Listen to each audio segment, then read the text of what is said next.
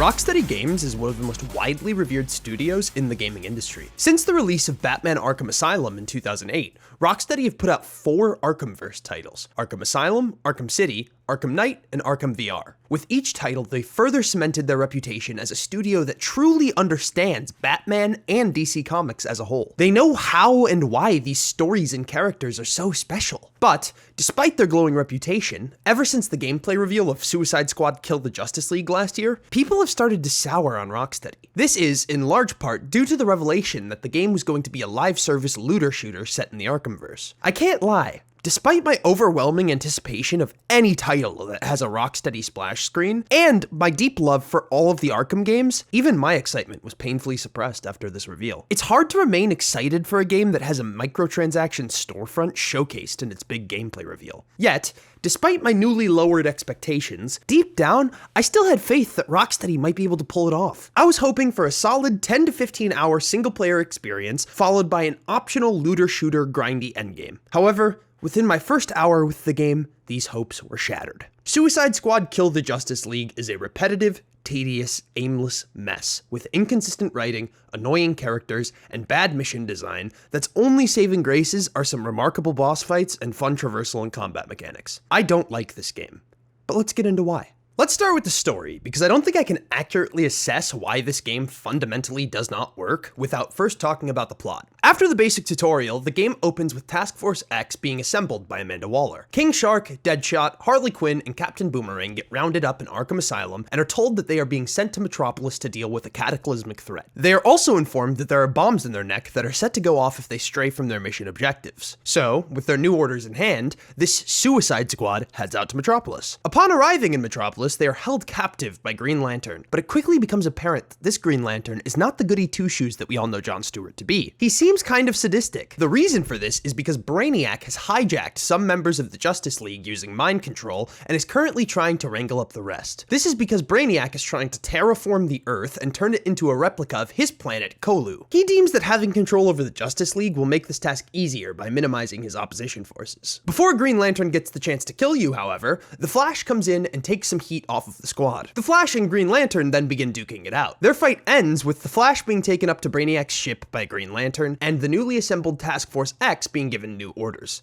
kill the Justice League. That's all I can really say about the story details without getting into spoilers, but that's what you need to know. Now let's dive into how I feel about the story. I think the story itself is pretty choppy. There are some real highlights, particularly the boss encounters. Those are exceptional. But overall, it feels like a collection of mismatched moments and ideas that are all fine in a vacuum, but don't quite fit together. First of all, the game can't decide on a tone. To describe this, I'm going to use an example. There is a death scene about 1/3 into the game. This death scene is pretty brutal and a bit sad. 1 second later, Captain Boomerang whips out his dick and starts pissing on the corpse of the person who died, as the rest of the gang just stands by and remarks about how big his dick is. I'm not joking, this actually happens in the game. It's just really strange. And even if it's not necessarily bad writing, it's definitely jarring and doesn't sit well with the player. This scene isn't alone either. There's many like it. And I think a lot of this tonal inconsistency comes from indecision around their core cast. They want to show them being bad guys, but they also want the player to like the characters enough on a personal level to want to spend hundreds of hours with them due to the live service aspect of this game. This is the first of many issues that come about as a result of the game's looter shooter format, but I'll go more in depth on that later. Another major issue with the story is the writing. The best word I can use to describe the writing of this game is immature. It feels like the game was written by a toddler who just learned how to curse. So many times throughout the story, it feels like they are just being vulgar for vulgarity's sake. There's a particular moment early on in the campaign where Amanda Waller has a head explode about 6 inches from her face, and then about 10 seconds later, she's screaming at the squad,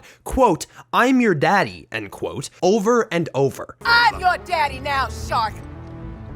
That goes for all of you. I'm your daddy.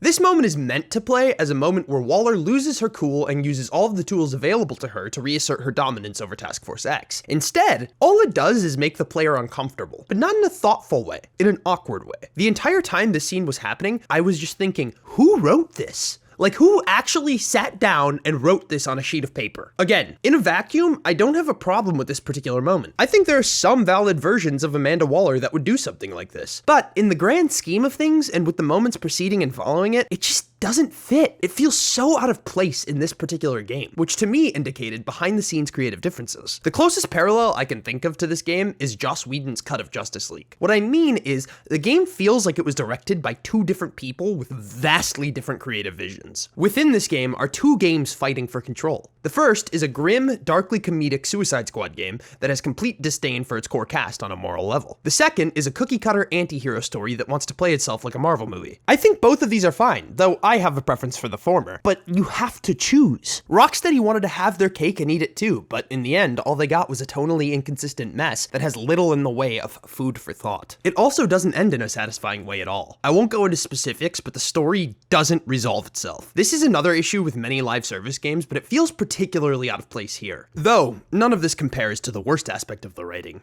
The characters. The characters in this game are just horrendous. There's not another word for it. They are hollow, have zero earned development, and all feel like some of the worst iterations of these characters we've ever seen. Let's start with Harley Quinn, because she's the one that everyone's probably the most familiar with. Harley Quinn is the best of the characters in this game. This is thanks in large part due to our prior familiarity with this version of the character thanks to the Arkham games. She's just as loudmouthed, zany, and crass here as she was there, but this time she doesn't have the sauce. She's missing that totally unhinged, could-do-anything vibe that she had in the Arkham games. Here, she's much closer to her iteration from the Suicide Squad movies. She rags on Captain Boomerang, has a soft spot for King Shark, and for some reason developed a moral code overnight. There's a point in this game where she lectures Batman on morality. I'm not joking. Harley Quinn gives Batman a lecture on how he's caused people emotional and physical pain. That's real. I'm not making this up. That should never happen. Just never! There's a conversation to be had about the damage Batman does to people, but it should not be incited by Harley Quinn, who along with her boyfriend tried to gas up an entire city. That's insanity! Deadshot is another character who doesn't have the sauce. Now, with Deadshot, there's nothing inherently wrong with the writing, it's more just boring. We are given absolutely no reason to care about Deadshot whatsoever. He just broods and exudes masculine energy, but it's all just exterior fluff to try and hide interior emptiness. There's nothing happening beneath the surface here. He tries to be the voice of reason for the squad, pushing them towards better ethics, but there's no particular reason for it. And even when other members of the squad do morally reprehensible things, he doesn't say anything. He just shrugs his shoulders and goes, it's a Tuesday. What can you do? He, like the rest of the game, just feels aimless. Moving on, there's King Shark, who's probably the highlight of the crew. He's the only character in the game who doesn't outright annoy me at any point. The biggest sin Shark commits is being unfunny. He's the only one here with a charming personality though, and in this game, that's not nothing. The last character in our core cast, and also the worst, is Captain Boomerang. I mean, this dude is just vile on every level. He's annoying, unfunny, and vulgar in every way, and he's dumber than Joey from Friends after a lobotomy. That pissing on a corpse thing I mentioned earlier was just the tip of the iceberg. There are so many more moments like that from Boomerang that I can't even begin to go into because I'll start losing brain cells. He's also the butt of the joke constantly, to a point where you almost start to feel kind of bad for the guy. And the writing of the side characters isn't any better than that of the core cast. The only highlights are Wonder Woman and Lex Luthor, who steal every scene they're in. Overall, outside of a few highlights, the writing of this game ranges from inconsistent to downright terrible at times. There's no vision, no direction, and most importantly, no heart. The characters don't grow or change, the plot isn't saying anything interesting, or at all, frankly, and none of it blends together in a satisfying way. The next aspect of the game I would like to discuss is the visual features and audio, which are probably the best parts of the entire experience. Visually, the game looks amazing. In fact, from an artistic perspective, it's one of the most impressive games of the generation so far. Rocksteady has always been known for their visual prowess, and this game is no exception. Furthermore, it might be the best looking game Rocksteady has made. And that's saying something, especially since Arkham Knight doesn't even look out of date compared to current gen games. However, from art direction to asset streaming to the relatively consistent 60 FPS on console, Suicide Squad delivers. The asset streaming is the most impressive part of the whole thing in my opinion. Having a game where you can seamlessly switch between 4 characters and not have much noticeable pop-in or flickering is incredibly impressive and something that shouldn't go unnoticed. However, back to the performance aspect, the game leaves a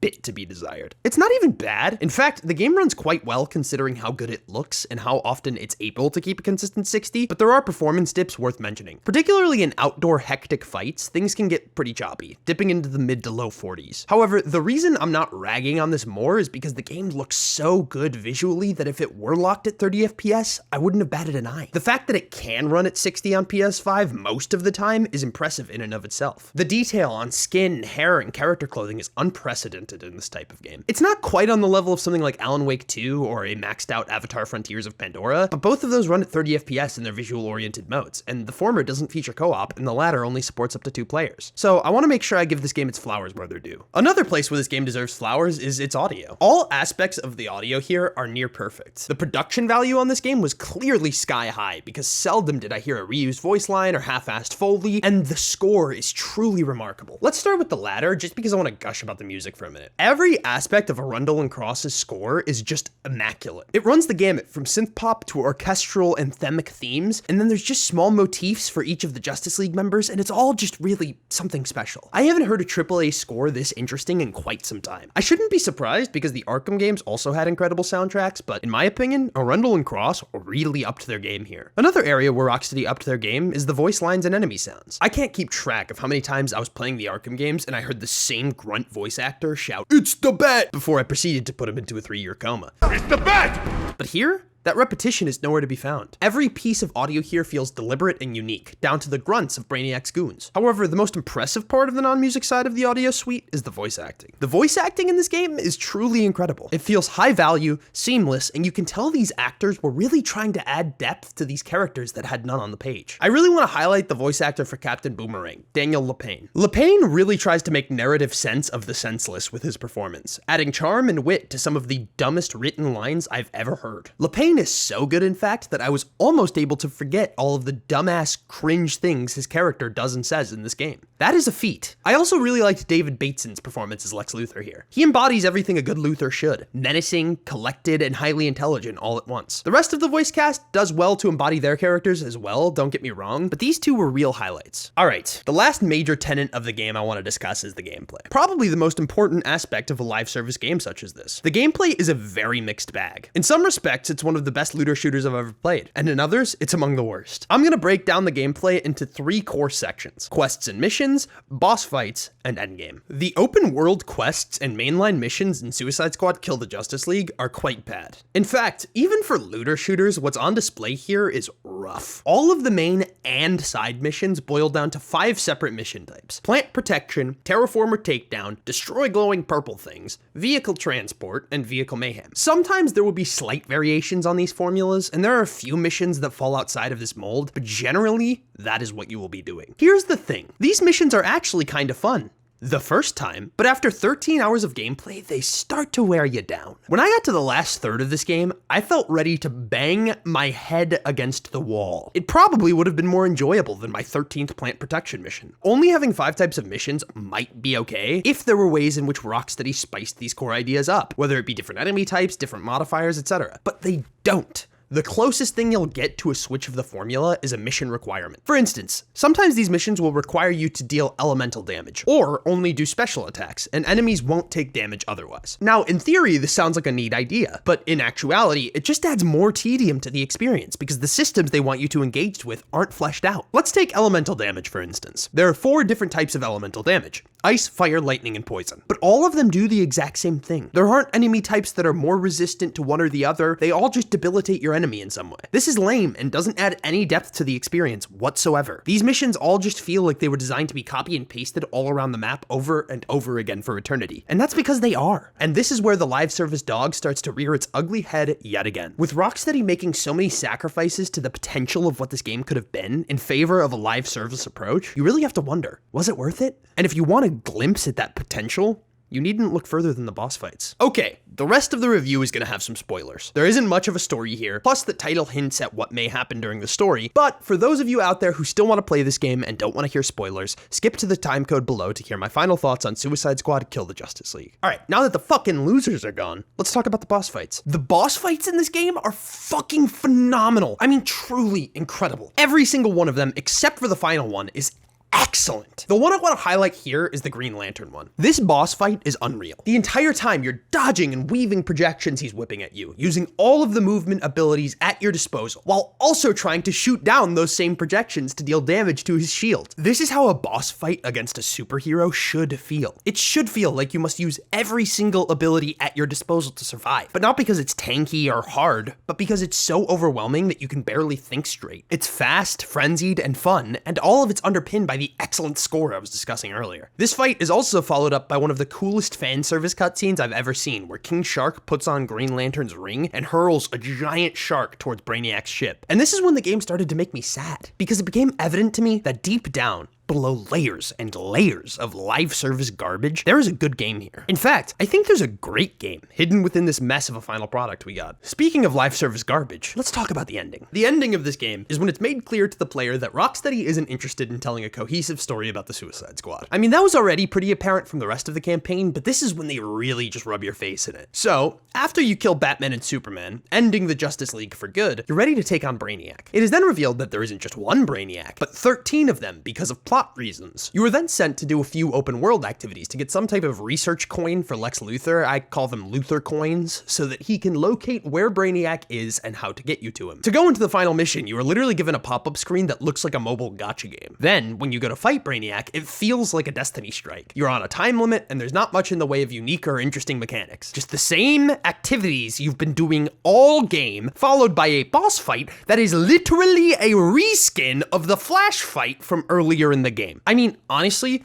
in this moment, I felt more disrespected as a player than I ever have before. I haven't felt a game was this gross about its intentions since Anthem. I genuinely felt scammed. This is what I meant earlier when I said there is no plot resolution. You don't kill Brainiac, you kill a Brainiac, yet there are still many more to fight. Now, this might be exciting to 5 people out there who only want to play one game forever, but for the rest of us, what would really be exciting is delivering a finished fucking narrative. There is no finality or even intrigue in this ending. It just feels like mindless looter-shooter nonsense, and that's because it is. The last thing I want to discuss is the endgame. The endgame in Suicide Squad Kill the Justice League seems bad. I can't say anything final, as I've only spent a few hours with the game since rolling credits, but it seems just as repetitive as the rest of the game. See, the endgame is built around collecting notorious sets of gear that are based around DC villains. The way you get this gear is by traveling to other dimensions and taking on Brainiac's forces. The way you do that is by collecting enough Lex Luthor money to be able to travel there. The way you get that money is by doing repetitive open world activities. It's basically the same thing as it always is with these types of games. However, the problem comes in with the lack of variety. I genuinely haven't seen a live service game launch with so little depth to its mission variety since Anthem. Those 5 types of missions I was describing earlier, that's it. There's nothing else. It's those same exact 5 missions over and over and over again. Even the incursions where you travel to other dimensions are still built around the same core mission designs. They're just ever so slightly adjusted and put in a new environment. But at the core, your objectives are the same. There's a complete dearth of any diversity once you've beaten the main story. That's really upsetting. They say they're going to add more content post-launch that will spice things up, but so did BioWare, and we all saw where Anthem ended up. In closing, I'm incredibly conflicted on Suicide Squad Kill the Justice League. On one hand, I can really see that there is a great game made by passionate people buried somewhere in here. The character kits, traversal, shooting, and core gameplay all feel incredibly good and like they were made by a team who really gave a shit. The same thing can be said for the boss fights. Every single boss fight up until the last one is truly exceptional and shows Rocksteady in their prime firing on all cylinders. There's nothing here quite as good as the freeze fight from Arkham City, but there's a few moments where they get close, and that's saying something. There are aspects of this game that are really great, but all of it is bogged down by a bunch of live service bullshit that just functionally isn't fun. And I didn't even mention the microtransactions. Even people who are into live service games probably want to stay away from this one. And I say that as someone who played both Division games, Anthem, and has nearly 1,000 hours in Destiny 2. So that leaves us at a crossroads. This is a game that was trying to please both the single-player Arkham fans and the live service crowd. But in my opinion, it does great disservice to both. If you want a cohesive, single-player experience with a good DC Comics story, you won't find that here. In its place, you'll find cobbled together, tonally jarring cutscenes and repetitive missions. If you're looking for a fully fleshed out live service game, you won't find that here. Instead, you'll find a lackluster endgame, grindy missions, and repetitive environments. While trying to appease both sides and make a game that everyone could enjoy, Rocksteady alienated both sides and made a game that I believe very few people will truly enjoy without compromise. If you're one of the people who enjoy this game, I salute you. That's great. I wish I could. I was really excited for this game. But unfortunately for me, despite seeing some of the really good shit this game does have to offer, it didn't stick the landing. I'm gonna give Suicide Squad Kill the Justice League a 2 out of 4. Thanks everyone for watching. Make sure to leave a comment down below and let me know what your thoughts are on Suicide Squad Kill the Justice League and also just the trend of live service games we've seen recently. If you want to support the channel, I would greatly appreciate that. You can do that by dropping a like, hitting subscribe, leaving a comment, Or if you want to go the extra mile, you could go over to Patreon or YouTube memberships linked down below. Anything you can give is greatly appreciated and truly does go a long way. Anyway, thanks for watching. As always, I'm Michael Lynch. You know where to find me. Peace!